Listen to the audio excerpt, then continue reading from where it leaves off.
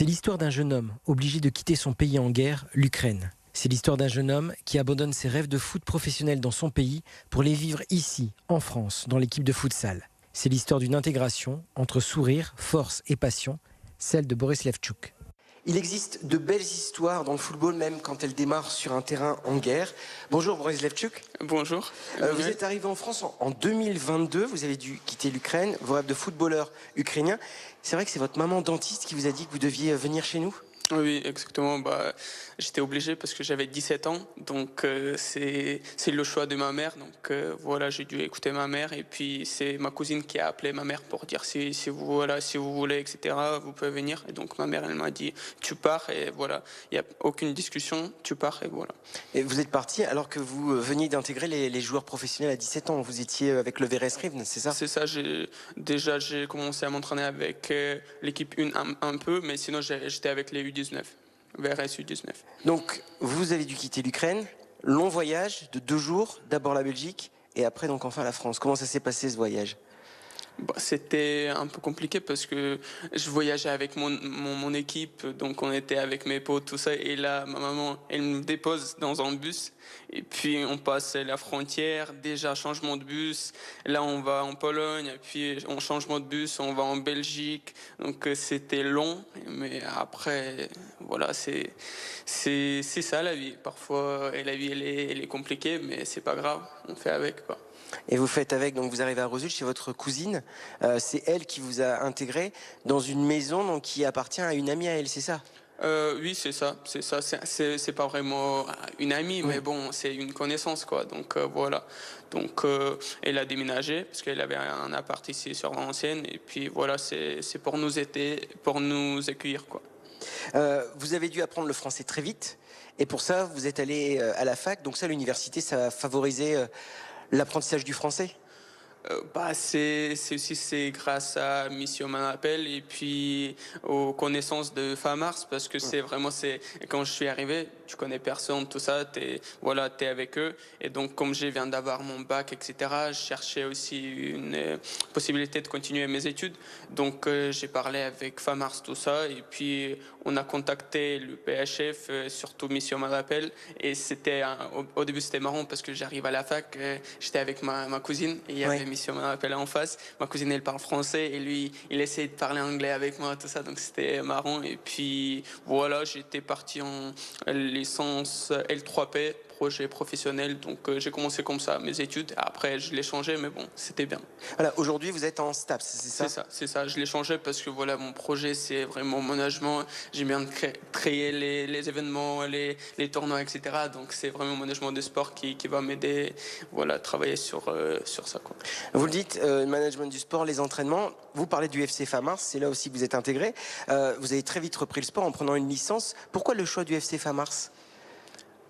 Je peux dire, on m'a très très bien accueilli. Et puis, déjà, tu connais personne, mais tu vois les gens qui sont là-bas, même les joueurs. J'arrive, les joueurs qui essayent de parler anglais, rigoler avec moi un peu. Et ils connaissent quelques mots comme Petrushka et tout. Donc, ils essaient de rigoler avec moi. Donc, et puis, tu regardes Romain Brunet. Et le gars, tu le connais pas, t'arrives et il me dit quoi ? Ouais, je vais te ramener. Je me dis, mais peut-être une fois. Et tous les entraînements, tout le temps, Rosu, Famars, 20 minutes d'ici. Mais je me dis, mais c'est qui lui ? Et c'est une personne exceptionnelle. Et tout le temps, je le dis, pour moi, c'est mon frère. C'est mon frère. La famille Brunet et Ribard, c'est ma deuxième famille, quoi. Alors, Romain Brunet, qui est le coach du FC Famars, qu'on a déjà nous reçu parce qu'on a parlé avec lui de l'équipe des anciens. Ce qui est rigolo, vous dites que c'est votre frère. Les premiers matchs, vous jouez avec lui parce que lui, il est gardien de but, en fait, c'est ça ? Comment ça se passe, ce premier match avec lui dans les buts ? Le premier match, je vais le dire. Le premier match, c'était le match amical. Donc, nous, on était partis à Rosu. Donc, comme moi, j'étais là-bas à Rosu, déjà, on a envoyé un mail à Rosu pour signer là-bas parce que, voilà, on connaît personne et ma cousine, elle voulait m'aider. Donc, on a envoyé un mail. On n'a pas reçu de réponse, rien. Et donc, voilà, on a reçu une réponse de Famars. Et puis, le premier match amical, on joue contre le Sel. Allez, triplé. Moi, de ma part. Et Romain, il m'a dit, ah ouais, maintenant, on va envoyer des mails aux équipes comme ça, elles répondent pas et tu vas mettre les triplés à chaque fois. J'ai dit, ouais. Ouais, parce que ce triplé-là, vous l'avez vous en vidéo, vous l'avez en image, vous le regardez de temps en temps. On vous a filmé à ce moment-là? Non, c'était un match amical, la préparation, tout ça. Donc, c'était marrant. Mais dans ma tête, je voulais me montrer parce que ça me faisait aussi mal. Parce que pourquoi ils m'ont pas répondu, tout ça. Donc, allez, on va montrer sur le terrain qui est qui, quoi. Le FC Famars, vous l'avez dit, Romain, c'est comme votre frère, c'est une deuxième famille, à tel point que vous êtes aussi maintenant le papa des tout petits. Vous êtes devenu coach au FC Famars. Oui, c'est ça. Comme je l'avais dit, dès que je suis arrivé, j'étais avec les petits. Donc, j'étais avec catégorie baby. Là, maintenant, ils passent en 8 ou 9. Donc, je continue avec eux. C'est mes gamins. Ils m'ont aidé d'apprendre la langue française, déjà de m'intégrer en France et puis de m'adapter aussi. Donc, c'est pour ça, c'est mes enfants. Donc, s'il faut faire quelque chose pour eux, c'est moi au premier qui va le faire. Et donc, ils vous ont appris à perfectionner votre français, parce que le premier entraînement, vous étiez 2, et le deuxième entraînement, vous êtes retrouvé tout seul, avec juste quel mot de français? Répétez, voilà. Ouais, je reçois un message de la part, c'était une deuxième coach, Séverine, elle m'envoie un message que je suis pas là, est-ce que tu peux prendre l'entraînement? Je lui dis, quoi? Moi? Tout seul? Bah, ok. Donc, j'ai pas dormi, j'ai noté les phrases, etc. en français, et puis j'arrive. Il y a 10, je sais pas, 15, je me souviens, 15 gamins devant moi. Ils me regardent et moi, j'essaie de lire, mais je vois qu'ils comprennent rien du tout. Donc, je me dis, allez, répétez. À chaque fois, c'était répéter. Et je montrais l'exercice et les gamins, ils répétaient. Donc voilà, c'était comme ça, c'était marrant, mais bon, on a commencé doucement. Donc voilà, vos enfants du quotidien maintenant, ça fait une grande famille élargie là maintenant. Oui, mais je suis content avec eux. Ils sont sages, je les adore. Vous jouez donc avec le FC Famars et vous avez aussi intégré le futsal. Je l'ai dit, en Ukraine, vous veniez d'intégrer les professionnels. C'est amusant, vous passez donc d'un terrain en herbe à un terrain en intérieur. C'est logique pour vous? Oh, oui, pour moi c'était un peu logique parce que je cherchais un peu haut niveau et puis parce qu'en Ukraine voilà je jouais à haut niveau et puis à l'hiver on joue en futsal parce que voilà il fait trop froid, il y a trop de neige donc on passe en futsal, en mode futsal et puis donc pour moi c'était pas un problème et c'est grâce à Mission Malapel parce que quand je suis arrivé avec ma cousine on en a parlé et à la fac il y avait là il y en a mais avant il n'y avait pas d'équipe d'herbe. Donc il n'y avait pas d'équipe de foot d'herbe. Donc il m'a dit, voilà, il y a une section futsal, tu peux essayer. Donc j'ai essayé avec eux. Donc on a fait des matchs amicaux, etc. avec l'équipe de futsal. Et puis on a fait un match amical contre l'équipe B de Valenciennes. Ils m'ont vu et puis j'ai fait quelques essais et puis j'ai commencé avec l'équipe 1. Voilà. Qu'est-ce que vous apportez, vous, aux joueurs, à votre équipe de futsal? Qu'est-ce que vous apportez comme expérience? Comme expérience, j'ai 20 ans, donc c'est compliqué, mais je peux dire sur le terrain, je suis un chien. Moi, je suis un chien, donc vous pouvez demander à mes coéquipiers, ils disent « Ah, lui, il est chiant, c'est un chien sur le terrain. » Donc voilà, c'est un peu ça. Et puis le futsal, c'est surtout ça, faut être chiant sur le terrain parce que et puis agressif. Voilà, donc... je pense c'est ça. Moi je suis pas un mec, je vais pas dire comme Wail et tout. C'est pas, moi je suis pas un dribbleur. Voilà, c'est simple. Contrôle passe, faut récupérer le ballon et voilà, c'est tout. Et comment vous vous préparez face à Strasbourg pour la Coupe de France? Parce que ça va être un gros adversaire. Oui. Hier on a vu que voilà notre prochain tour ça va être à Strasbourg. Donc non, d'abord, on ne pense pas de Strasbourg. Là, pour l'objectif, c'est de gagner à Garches. Donc, petit à petit, là, on ne regarde pas loin. D'abord, là, ce samedi, on va à Garches. On va chercher une victoire. Et puis, on va voir. C'est le 14 mars, je crois. Nous, on y va pour gagner, en tout cas. De toute façon, on y va pour gagner. Donc, on va se bien préparer. Et puis, le meilleur gagne, quoi. En échangeant avec vous, il y a énormément de sourires. C'est quoi le message que vous voulez transmettre? Moi, je peux dire, c'est grâce aux gamins. Quand j'étais en Ukraine, quand la guerre a commencé, j'ai vu les gamins qui avaient peur dans leurs yeux. Donc moi, j'ai vu cette peur et je veux plus la voir. Et du coup, je souris tout le temps parce que quand je souris, tout le monde le sent et ça se partage. quand je souris, donc tout le monde sourit. Et puis, quand les gamins ils me voient sourire, ils font la même chose. Donc ça me fait penser aux gamins qui avaient peur dans leurs yeux. Et ici, les gamins, ils sont comment dire, ils sont contents de me voir et tout, de me parler. Donc voilà, c'est ça. C'est mon message, c'est que les gamins ils soient contents et ils soient heureux. Ils profitent de leur vie, quoi. Un sourire aussi que vous transmettez à votre sœur qui vous a justement là rejoint tout récemment. Comment ça s'est passé les retrouvailles?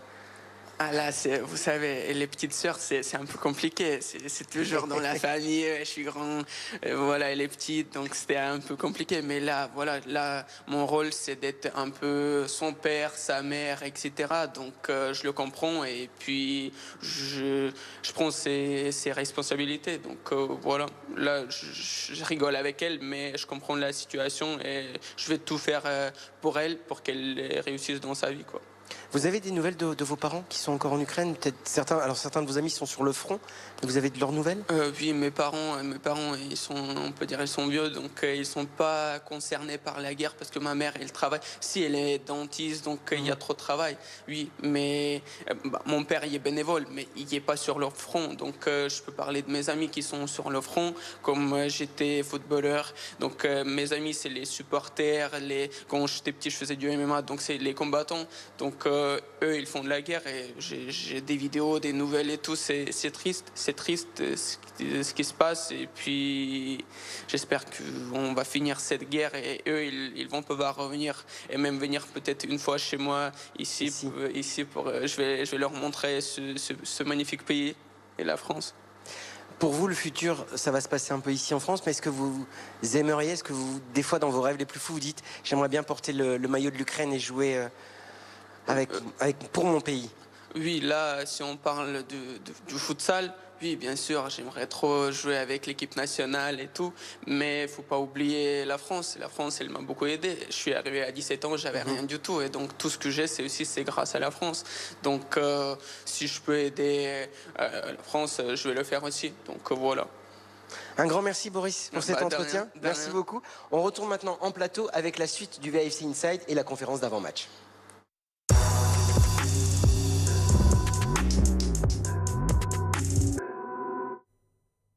Merci Emmanuel pour ce portrait touchant et sincère et pour voir Boris et ses coéquipiers du futsal de Valenciennes. Ce week-end, ça sera un match à l'extérieur pour la section à Hérouville demain, le deuxième du championnat de France de D2 et un vrai test avant le 8e de finale de Coupe de France à jouer pour les Valenciennois. Ce sera le 14 mars à Strasbourg. On passe désormais à l'actualité des pros du VFC en national. Jour de match à Villefranche pour rester invaincu pour le duo sous le mandat de Pierre Blois et de Rudy Matter, le duo par intérim qui a goûté à la victoire la semaine passée à la maison. C'était face à Caen. Retour en images sur ce succès. Qu'elle fait du bien, cette deuxième victoire de Valenciennes en 2026. Opposée à Caen pour la 23e journée de National. Les nordistes l'ont emporté avec sérieux. Un premier frisson à la demi-heure sur une occasion normande, puis les Valenciennois accélèrent avant la pause. 41e minute, centre de Diomandé pour Courtet. Le gardien canet se loupe, VA ouvre le score. 3 minutes plus tard, nouvelle offensive nordiste, Gaëtan Courtet, encore lui, est à la conclusion. Si Caen réduit l'écart en seconde période, Valenciennes tient bon et s'impose 2-1. Le club remonte à la 10e place de National et dépasse son adversaire au classement. Mais depuis, ce classement a changé. Valenciennes a rétrogradé à la 12e place. Conséquence de la sanction confirmée par la commission de discipline de la Fédération française. Un point de retrait suite aux incidents fin 2025 face à Sochaux. Le VFC n'ayant pas fait appel de cette sanction, de fait, cela place les nordistes à hauteur de leurs adversaires du soir. 25 points pour Valenciennes et pour Villefranche. Et comme d'habitude, ce match sera à suivre sur les antennes de BFM Grand Lille et BFM Grand Littoral. Prise d'antenne dès 19h15 et coup d'envoi à 19h30. Enchaîner 2 victoires de suite, ce serait une première cette saison pour les Rouges et Blancs. Un défi pour Pierre Blois, son intérim est pour le moment idéal et ça se ressent même aux entraînements avec un groupe bien plus épanoui. Les mots du coach avant la rencontre.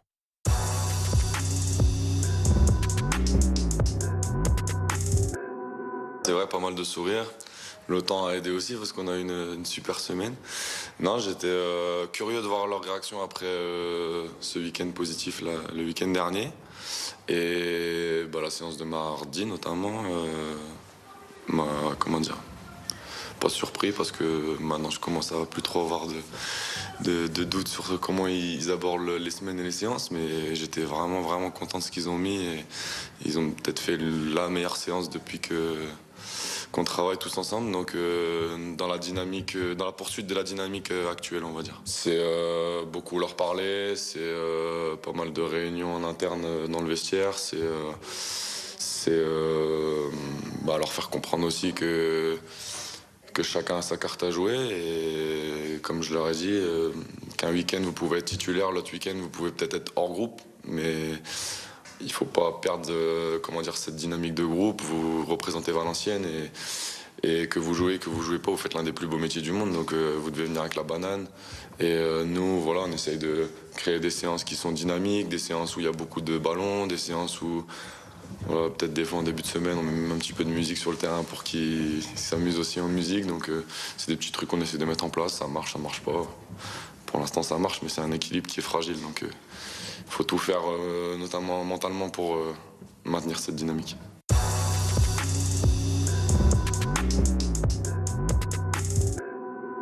J'ai confiance en eux. Comme je l'ai dit, j'avais hâte de voir leur réaction au début de semaine pour voir s'ils allaient remettre la même intensité et le même engagement sur les séances. Et lundi, mardi, ils en ont mis encore plus que d'habitude. Donc j'ai confiance en eux, j'ai confiance en tout le groupe et j'ai confiance en eux pour aller chercher un résultat là-bas à Villefranche. Après, je sais que ce sera pas facile. C'est la 3e équipe du championnat à domicile. Une équipe qui maîtrise très bien notamment tout ce qui est transition, des attaques rapides. Donc ça va être un adversaire coriace et il va falloir vraiment faire un très gros match pour pouvoir espérer faire un résultat là-bas.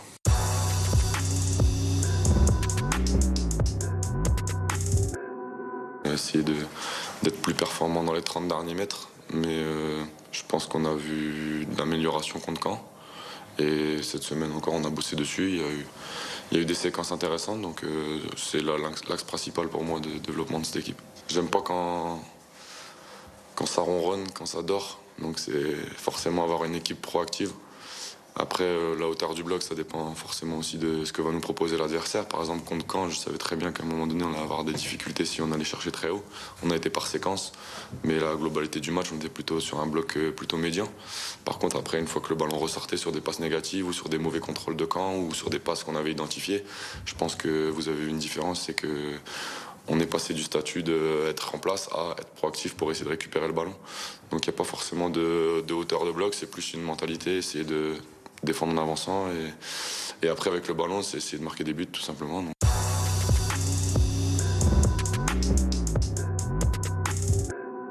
Ouais, et avec Damien aussi et l'ensemble du staff aussi. Sur chaque jour on essaye d'avoir des missions qui se complètent et plutôt différentes aussi sur la semaine. Mardi par exemple Damien prenait l'équipe que je ne gérais pas et Rudy avait son travail aussi à lui qu'il avait mis en place. Le lendemain c'est Rudy qui prend une équipe, moi je prends l'autre et Damien qui a un travail avec d'autres joueurs. Donc on essaye de varier les plaisirs on va dire et d'être le plus complémentaire possible pour être le plus efficace possible.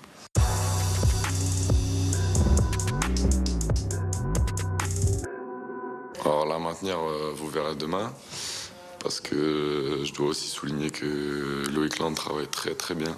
Et quand je vois ces 2 rentrées, je leur ai dit dans le vestiaire, il a fait 2 très bonnes rentrées aussi, et dans l'état d'esprit il est top, et Romain Thomas c'est pareil, état d'esprit top. Donc vous verrez demain, mais bon, pour parler plus d'Alex, ses qualités, c'est qu'il nous amène sa touche technique. C'est un ancien, il a été formé milieu de terrain, donc il permet aussi de faire circuler le ballon vite. Et il a aussi de jouer défenseur central ici et dans d'autres clubs, donc il a cette possibilité d'avoir les 2 positions. Donc c'est ce qu'on avait décidé sur Paris 13, ça a plutôt bien fonctionné, donc on l'a reconduit contre Caen. Après c'est...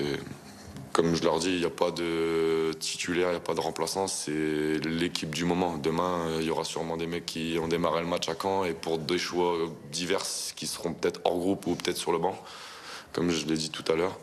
Donc on verra demain. À noter qu'avec ce match, il ne resterait que 2 rencontres au VFC pour trouver un entraîneur possédant le diplôme requis pour entraîner en national sous peine d'amende par la suite.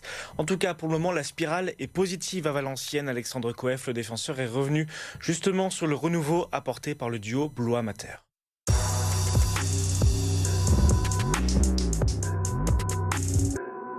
Avec l'arrivée de Pierre, en tout cas, il y a une nouvelle dynamique avec des nouveaux principes à l'entraînement et aussi des nouveaux principes dans le jeu qui ont donné des sourires et une certaine ambiance à l'entraînement. La façon de faire déjà, la façon d'organiser ses semaines, la façon d'amener déjà les principes sur les adversaires, etc. Ses principes à lui, parce qu'il est venu avec des idées, lui et Rudy sont venus avec des idées nouvelles. Et ça amène une autre dynamique, en tout cas. Des choses que moi-même j'avais jamais vues dans ma carrière, où il a amené l'enceinte à l'entraînement et il met, pour imposer un certain rythme et du tempo, il met de la musique. Donc c'est des choses aussi nouvelles qui, pourquoi pas, voilà, peuvent amener quelque chose. C'est lié aussi aux résultats. Forcément, les semaines où les résultats étaient bons, il y a toujours eu quand même cette ambiance. C'est pour ça aussi que j'alerte notamment les plus jeunes, parce qu'on a tendance peut-être à se laisser un peu aller. C'est aussi pour ça qu'on n'a pas su enchaîner 2 victoires de suite, mais c'est d'abord lié aux résultats forcément. Et après, les contenus d'entraînement sont différents. On a quand même une certaine liberté où on peut aussi un peu déconner. Et je pense que c'était important d'apporter un peu de légèreté aussi. En tout cas, aujourd'hui, les résultats le prouvent. Donc, dans ce sens, je pense qu'il a voulu aussi laisser le groupe vivre dans ce sens-là, quoi.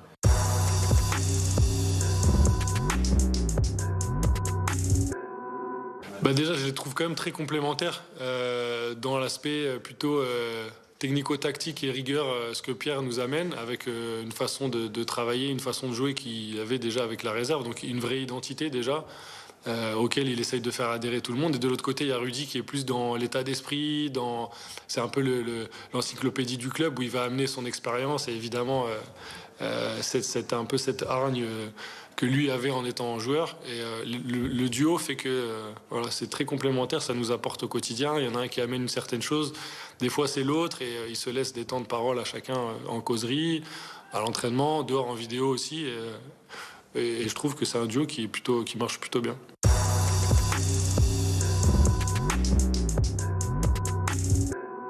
On se doutait qu'il fallait qu'il y ait quelque chose qui change. Après, vu mon âge et mon expérience, c'est quelque chose que j'ai déjà vécu. Et on voulait alerter aussi les plus jeunes de se dire que quand il se passe quelque chose comme ça, c'est pas anodin, c'est que la situation quand même est grave.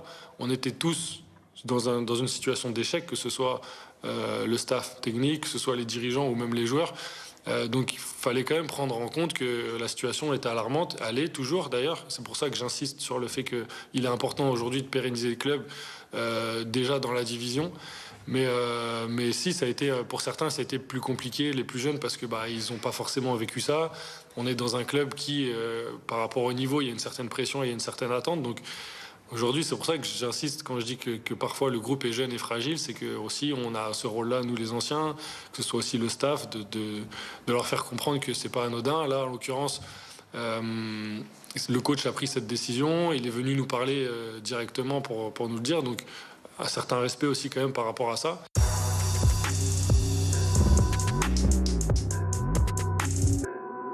Ouais, c'est vrai que pour nous, c'est un vrai challenge quand même, parce que au vu des résultats qu'il y a pu avoir cette saison, on sent que le groupe qui est un peu jeune et fragile n'a pas su enchaîner ces résultats. Donc on va le prendre, voilà, comme je disais, comme un challenge. Pour nous, c'est important aussi pour la situation du club, parce que l'objectif, on va pas se cacher, aujourd'hui, il faut quand même faire le deuil de la saison où on aurait voulu jouer les premiers rôles et penser à d'abord pérenniser le club, parce que c'est le plus important. Je pense qu'on est tous sur la même longueur d'onde à ce niveau-là, et ça va passer par, j'espère, un enchaînement d'un autre bon résultat. On va pas se cacher, hein, tout n'est pas devenu tout beau, tout rose du jour au lendemain. On a des défauts qui persistent, et c'est pas parce qu'aujourd'hui on a des bons résultats qu'il faut cacher et mettre sous le tapis ce qui n'a pas été.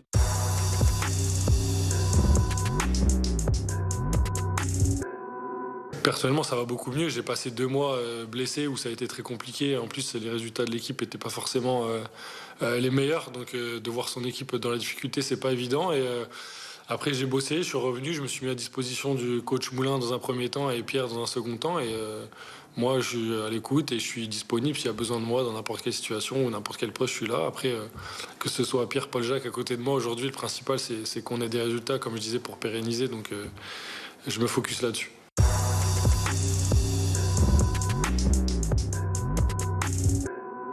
On parle quand même le même foot, donc c'est plus simple. Moi, j'aime repartir de derrière. Lui, c'est ce qu'il veut aussi. Il y a une certaine intelligence de jeu qui demande de ses joueurs que j'essaye aussi d'amener. Il me donne de la confiance que j'ai aussi envie de leur rendre. Donc voilà, tant qu'il aura besoin de moi, en tout cas, je donnerai le meilleur. Et que ce soit 2 matchs, 3 matchs ou jusqu'à la fin de saison, en tout cas, on espère pour lui et pour nous que ça va bien se passer. Mais non, il m'a posé la question d'ailleurs si mon association avec Brian me convenait ou avec un autre joueur ou si j'avais des idées sur quoi que ce soit. C'est un coach qui échange beaucoup avec ses joueurs. C'était important et moi, peu importe avec qui je joue, je veux des joueurs autour de moi avec qui on a envie de tirer dans le même sens, quoi. Et aujourd'hui, c'est ce qui se passe. Peu importe le joueur qui peut mettre aujourd'hui, que ce soit moi ou un autre, en tout cas, on a tous envie, en tout cas, de performer dans le même sens et c'est ce qui est important. Villefranche-Valenciennes, c'est ce soir à 19h30 sur BFM Grand Lille et BFM Grand Littoral. Le VFC, seul club de la région en vadrouille ce week-end. Le reste de l'actualité football régional avec de la Ligue 2 également ce soir. L'USPCO reçoit Amiens qui vient juste de se séparer de son coach. Dimanche, la Ligue 1 avec d'abord Lens face à Metz à 15h, puis Lille face à Lorient à 17h15. Il faudra attendre lundi pour le reste de la Ligue 2 avec Dunkerque qui défiera Reims. Rendez-vous à 19h justement lundi pour débriefer dans COP Nord les rencontres du week-end de la région. Bon week-end et bon match au VFC.